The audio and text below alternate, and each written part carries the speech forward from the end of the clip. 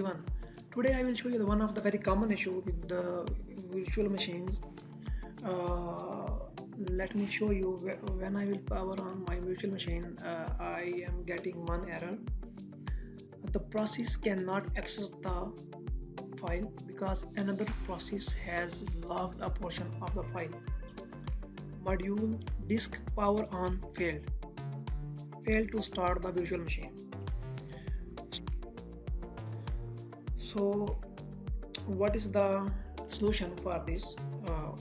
You just go to the folder where you have installed the virtual machine, and you need to search the files that have a .lck extension, and you will find 2 or 3 folders. Some virtual machine have 2 and some VMs have a 3. Just delete this .lck extension folder.